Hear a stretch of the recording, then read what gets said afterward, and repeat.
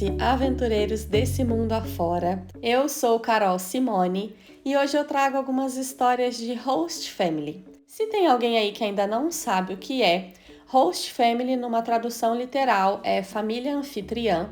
Então é uma família que recebe uma outra pessoa, geralmente um intercambista, na casa deles. Nesse caso, a host family, então, é a família que recebe a au pair para que ela more junto com eles e cuide das crianças. Esse episódio foi meio relâmpago, tava com outro material preparado para essa semana, mas surgiu um post lá no grupo sobre histórias de host family que são bem casos de família, os famosos bafos, babados da host family que a au pair já presenciou. Esse post rendeu comentário e, consequentemente, rendeu conteúdo aqui para o podcast. Obrigada, Paloma, criadora desse post. Eu resolvi, então, mudar a programação dessa semana e fazer esse episódio primeiro, porque o tema é bem legal, tiveram vários comentários engraçados, alguns polêmicos e outros bem pesados. Entre traições, casos de polícia e histórias misteriosas, eu não consegui falar com todo mundo lá dos comentários e eu gosto de trazer aqui no podcast só histórias autorizadas por quem postou. E eu sempre peço mais detalhes também. Então, nesse compilado, eu trago algumas histórias de babados da Host Family, que com certeza terá a parte 2 um dia, porque o que não falta é fofoca de família. Para quem acha que Host Family é só família perfeita de comercial de margarina, que tira fotos lindas pro cartão de Natal com a família toda reunida, vestida com suéteres iguais e com um labrador do lado, vem ouvir esses casos.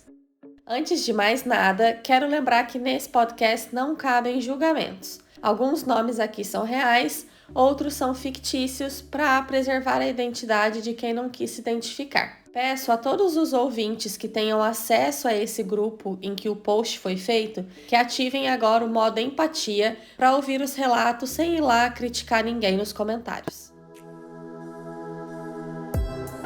A Amanda era au pair nos Estados Unidos e cuidava de 2 crianças. Nessa casa tinha também um outro filho de 18 anos, que eu vou chamar aqui de o adolescente. Em um belo dia de manhã, o host dad contou para Amanda a seguinte história.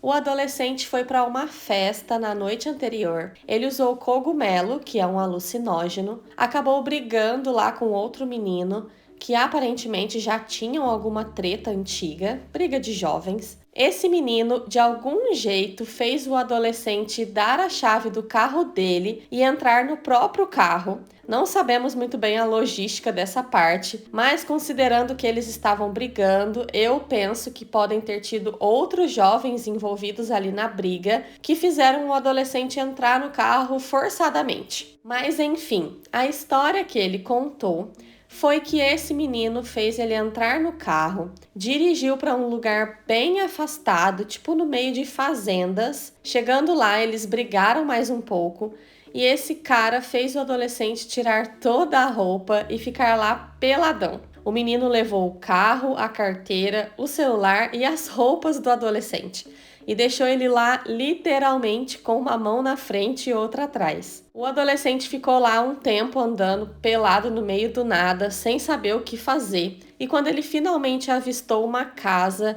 decidiu ir pedir ajuda. Já era por volta das 8 da manhã, ele bateu lá na porta para pedir para usar o telefone da casa. Imaginem a cena, gente. Eu já imagino um casal de senhores, acordaram cedo, a Dona Maria passou um café, o seu Antônio já foi arrumando as coisas para arar a terra mais tarde, e eles estão lá na cozinha proseando quando alguém bate na porta. Eles vão atender e é um menino de 18 anos pelado, falando: "Oi, tudo bom? Posso usar seu telefone?" O adolescente então ligou para o pai, que foi buscá-lo. O host dad contou isso para Amanda dando risada, mas não pensem que ele era um pai negligente, não. Ela diz que ele era um super pai e não tem nada a reclamar sobre isso no tempo em que ela ficou lá. Ele só estava rindo mesmo da situação, até porque o menino ainda estava lá meio doidão do efeito do cogumelo. Então, para que ele ia brigar, né? Só deixou para conversar com o adolescente mais tarde. O host dad disse que ia fazer um boletim de ocorrência, claro, né, para tentar achar o carro pelo menos, mas não tiveram sucesso. O carro não foi achado, o host dad teve que comprar outro para o adolescente e a Amanda disse que não sabe se identificaram esse menino da briga, se deu algum problema para ele ou algo assim, porque nunca mais se falou no assunto enquanto ela estava lá. Ela diz que tem uns pontos que ela acha estranho, além da parte dele entrar no carro com esse cara que estava brigando. Ela diz que o adolescente tinha uma namorada e eles viviam grudados sempre, para cima e para baixo juntos. E ela ficou pensando, justo nessa festa, eles não estavam juntos? Ou ela ficou na festa enquanto ele estava sendo levado para o meio do nada para ficar pelado? Eu também acho essa história dessa briga bem estranha, porque seria uma acusação bem séria para o outro menino. Ele seria acusado de roubo, né? Carro, carteira e tudo mais. E também nunca acharam o carro. Enfim, ela acha que tem algumas incoerências nessa história contada pelo adolescente e eu concordo. Mas como depois disso não aconteceu mais nada que ela saiba, concluímos que foi apenas uma loucura adolescente mesmo, uma briga de jovens que acabou com um grande prejuízo e um constrangimento de bater na porta dos outros peladão pela manhã. A Carol era au pair na Nova Zelândia e diz que a família com quem ela morava era uma loucura. Porque, vamos lá, vou tentar explicar. Moravam nessa casa o pai, a mãe, um filho de 11 anos de um casamento anterior da mãe e uma filha de 6 anos de outro relacionamento anterior da mãe. O pai também já tinha 3 filhos de outro casamento que moravam com a mãe desses 3 filhos. Bem família tradicional brasileira, não é mesmo? Eles moravam em uma fazenda e certa noite, quando já estava dormindo, a Carol acorda com um barulho de carro chegando na casa, uma coisa que não era comum, porque como moravam nessa fazenda era mais afastado e já era no meio da noite isso. Ela começou a escutar vozes, conversas, gritos, ou seja, estava rolando babado e confusão. A Carol ficou quietinha no quarto dela para não se meter em briga alheia, né? Ela sabia que era a ex do host dad e escutou a treta até o momento em que a ex foi embora, deixando a menina, que na época tinha uns 13 anos, lá com o pai. A partir de agora na história, eu vou chamar essa filha do host dad de Juju. No dia seguinte, ela viu que a Juju estava agora ficando lá com o pai. Mas ninguém falou no assunto, ninguém comentou com ela sobre o que aconteceu. Nenhum aviso, tipo, agora a fulana mora aqui. Nada, fingiram demência e era como se nada tivesse acontecido. A host mom estava claramente incomodada e até tratava a menina mal quando o pai não estava por perto. Os dias foram passando e a Carol e a Juju acabaram ficando próximas. Fizeram uma amizade, talvez formada pela empatia uma pela outra, porque ambas não eram bem tratadas pela família. Nos finais de semana, por exemplo, quando não precisavam que a au pair trabalhasse, eles pediam para Carol que ela se retirasse e fosse dormir em outro lugar. Ela já até dormiu dentro do carro, gente. Que situação. Mas essa é uma outra história. E aí a Carol teve a liberdade de perguntar para a Juju, agora que elas eram próximas, né, mais amigas, o que tinha acontecido naquele dia da treta e por que ela estava agora morando com o pai, porque ninguém comentou nada com ela. A Juju contou para ela que a mãe dela, a ex do host, pegou o celular dela e viu algumas mensagens. Em uma dessas mensagens, ela dizia para uma amiga que talvez estivesse grávida. Sim, gente, a Juju com 13 anos, tinha lá um namoradinho da escola de 15 anos e estava falando para a amiga que estava desconfiada de estar grávida. A mãe dela, como castigo, resolveu deixar ela na fazenda com o pai por tempo indeterminado. Acabaram todos na delegacia, host dad, a ex dele, a Juju, o namoradinho da escola e os pais dele. Os pais da Juju queriam reportar que ela, menor de idade, tinha ficado com esse menino mais velho, que até onde a Carol sabe tinha 15 anos. Mas nada aconteceu sobre isso, provavelmente porque o menino também não era maior de idade, né? Levaram a Juju no médico para fazer exames e ver se ela realmente estava grávida, e ela não estava. Mas esse castigo que a mãe queria dar a ela permaneceu e ela continuou morando com o pai. A Carol não aguentou ficar por muito tempo com essa família e vazou de lá assim que pôde. E sabe que a Juju ainda ficou morando lá com o pai e a madrasta por mais um ano. Elas têm contato até hoje e a Juju hoje está com 19 anos e contou para Carol que depois que ela voltou a morar com a mãe, o pai dela, o host dad, nunca mais falou com ela. E a madrasta engravidou, teve o terceiro filho e até proibiu a Juju de ter contato com as crianças. Mais um caso de vida real de famílias que provavelmente parecem perfeitas nas fotos para o cartão de Natal. Eu desejo toda boa sorte e amor para Juju, que trilhe o seu caminho sem precisar do pai e da madrasta, porque ninguém merece ser maltratada, né? E também para Carol, que topou me contar mais detalhes dessa história, e eu já tô bem curiosa por mais histórias dela na Nova Zelândia. A Thaís era au pair em New Jersey, nos Estados Unidos, e diz que sempre achou a relação dos hosts muito estranha. Era uma relação muito fria. E ela diz que muitos podem pensar que é uma coisa cultural, mas ela, que é casada com um americano, diz que a relação dela com o marido é completamente diferente da que ela presenciava com os hosts. Eu concordo com a Thaís, porque eu moro na Holanda e a fama dos europeus no geral é ser frio e distante, né? Mas eu via no dia a dia com os hosts como eles eram super carinhosos um com o outro e com uma relação super legal, mesmo depois de 11 anos juntos. Certas coisas não são por causa da cultura, e sim características de cada um mesmo.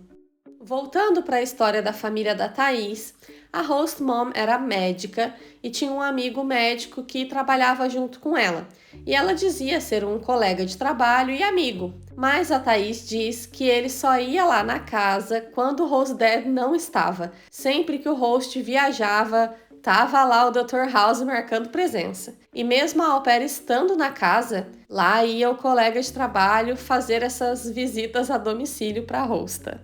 Em uma bela sexta-feira ensolarada, o host estava viajando e a Thaís estava de folga, ou seja, a mãe que ia ficar com as crianças nesse dia. Até aí tudo certo, como ela estava de folga, ela saiu durante o dia para fazer as coisas dela, mas voltou para casa no fim da tarde.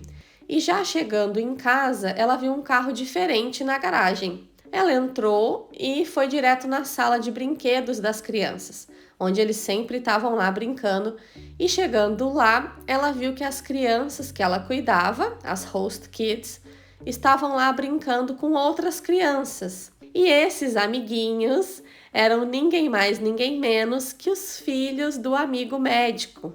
A host mom e o Dr. House estavam onde?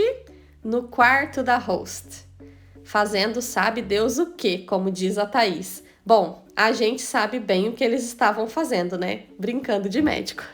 A Thaís fingiu demência total e foi direto pro quarto dela. Mais tarde, quando ela saiu do quarto, a host a viu e percebeu que ela estava na casa aquele tempo todo, mas não falou nada, agiu como se nada tivesse acontecido e esse assunto nunca foi tocado.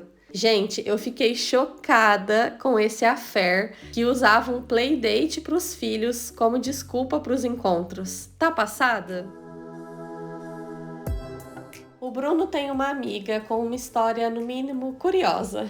Ela foi au pair nos Estados Unidos e depois dos acontecimentos lá, ela fez um acordo com a host mom e disse que não pode falar sobre o que aconteceu. Então, essa última história que eu vou trazer aqui hoje é uma história misteriosa, porque eu não consegui a conclusão desse caso. Mas o Bruno me autorizou a trazer para o episódio as poucas coisas que ele sabe da história que a amiga contou para ele na época.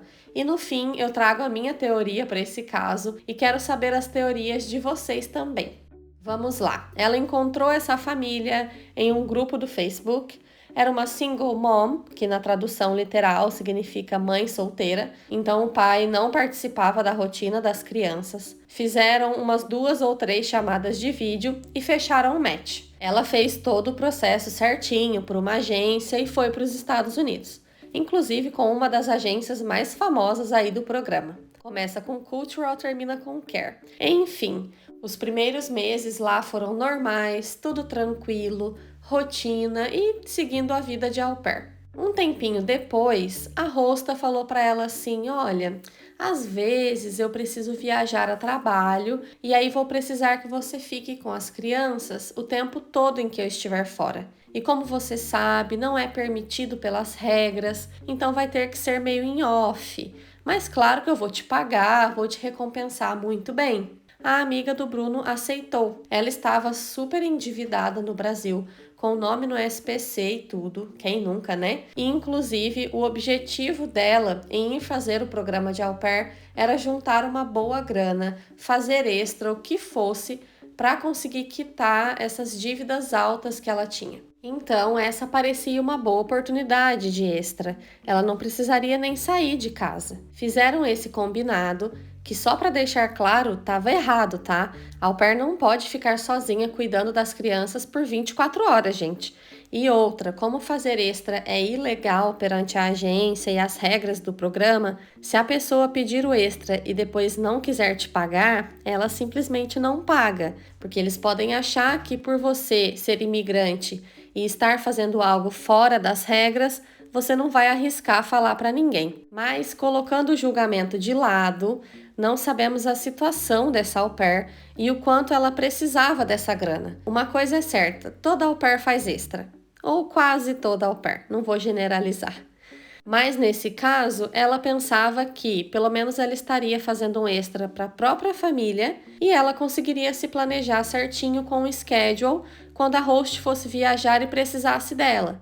E é aí que começa de verdade o problema. Um dia a host simplesmente não voltou para casa, gente. Não avisou previamente a au pair que ela teria que ficar com as crianças naquela data. Não mandou uma mensagem: ai, tive um imprevisto, ou ai, tô atrasada. Nada, nada, nada. Ela simplesmente não voltou para casa e não avisou. Uma determinada hora, a au pair ligou para ela, porque já estava preocupada que algo pudesse ter acontecido, e a host simplesmente disse que estaria fora por uns dias e ela teria que ficar com as crianças. Isso aconteceu algumas vezes, 2 ou 3 dias fora.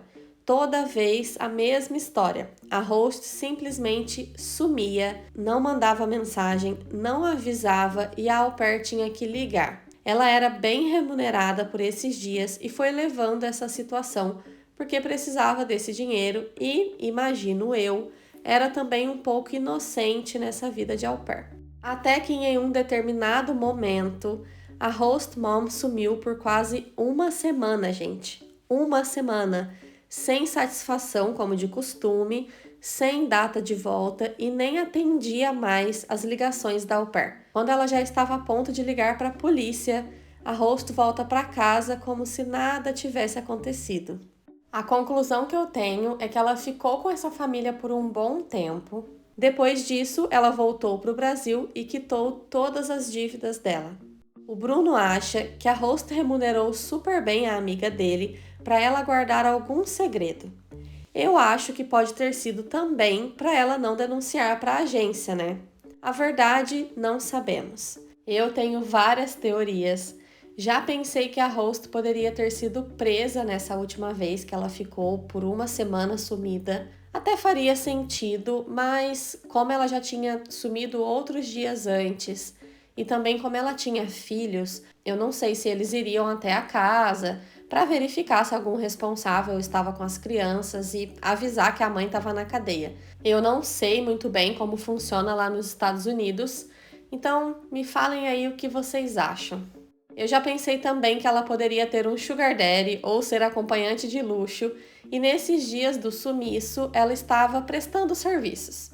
Faria sentido com o fato que ela remunerava super bem essa au pair para ficar esses dias com as crianças. Mas também não tenho informações de quantos dólares estamos falando, né? Então talvez A teoria mais provável é que ela tivesse um namorado e queria aproveitar os dias e noites com ele, como se não tivesse filhos para cuidar. E talvez ele até nem soubesse que ela tinha filhos.